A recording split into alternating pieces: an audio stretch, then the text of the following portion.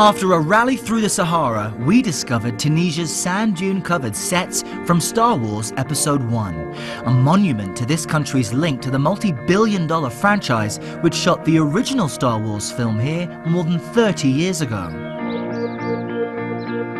We leave the dry south for greener pastures near the northern town of Hammamet. It's where we find Taib Jalouli, art director at Empire Studios. A 3-decade movie-making veteran, he was called upon by George Lucas to build the Star Wars sets down south. When they tell you that Mr. Lucas is coming, you are very excited to know that, and very proud also to be involved with one of his movies, because he's the greatest one. But Jalouli admits the Star Wars sets will definitely disappear soon. What he built was only meant to last for a few months.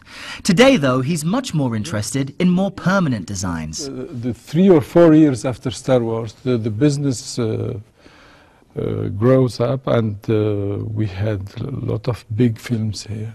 After Star Wars, you're telling me there was a lot of attention on Tunisia and a larger interest in making movies here. Absolutely. After the Star Wars, we had a lot of other big films coming from France, Italy, to Tunisia. Empire Studios was built in 2002 as an outdoor set, but as its popularity increased, so too did its layout. Today, it stretches across 24 acres of land and claims to have one of the largest reproductions of ancient Rome anywhere.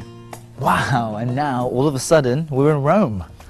Yes, we are in the Piazza di Rome, and you can see the temple on your left here. And it's so realistic. I mean, we're literally walking on like cobblestone streets. This isn't fake.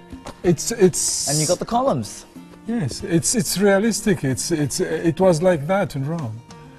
All the way down to Roman inscriptions up there above the door.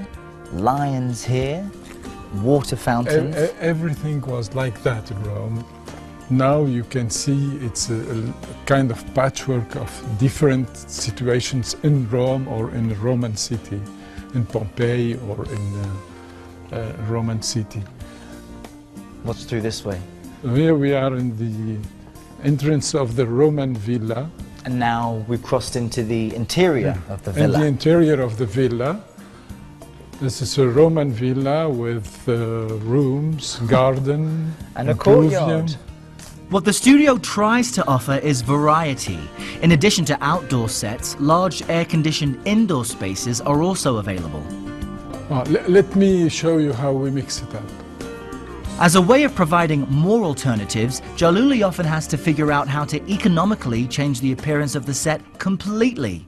And action! He recently did this to accommodate French director Jean-Jacques Annaud when he came here to shoot the Arabian-themed movie Black Gold in 2011.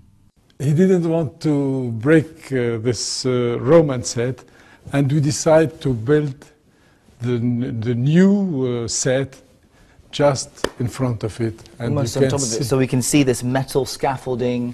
There's obviously something else that's been placed on top. Exactly. Proving that nothing is what it really seems on movie sets. No.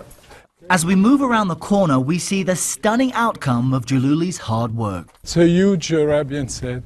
Wow. Covering the Roman buildings. All of a sudden, we've been transported elsewhere in time. In a few seconds. Wow. Well, here we are in South Arabian architecture. It's near Yemen.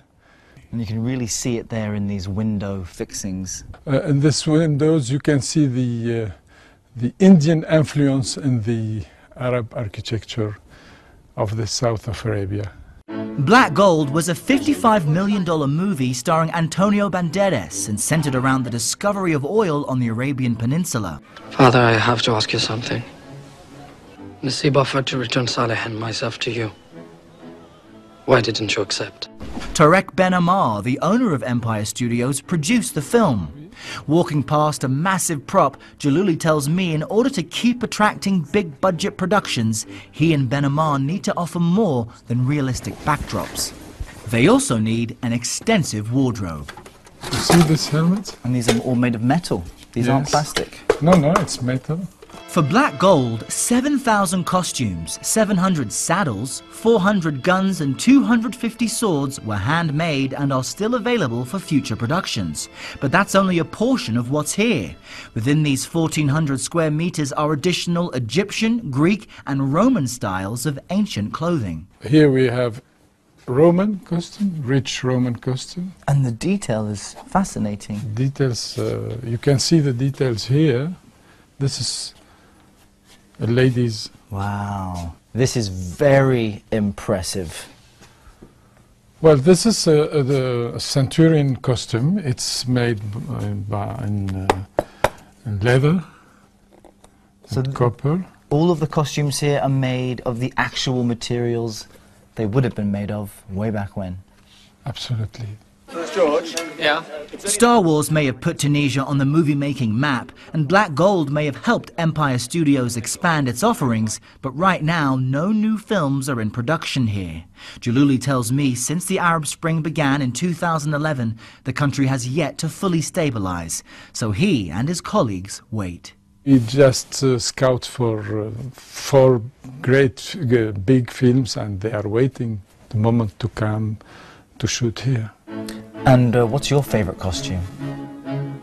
Oh, maybe this one, the centurion one. That is the coolest one. All right, ready for work. Yes, this is the favorite costume. And that concludes my look at the movie industry in Tunisia this week. I hope I've shown you a side of this country you didn't expect to see, as the industry here tries to get going once again. You can always see more on our website, connect with the show team on Twitter, and you know what? Tell me your thoughts of my look right now under Errol CNN. But as a Centurion, I must now patrol the streets of Rome for trouble. So I'll see you online until next time.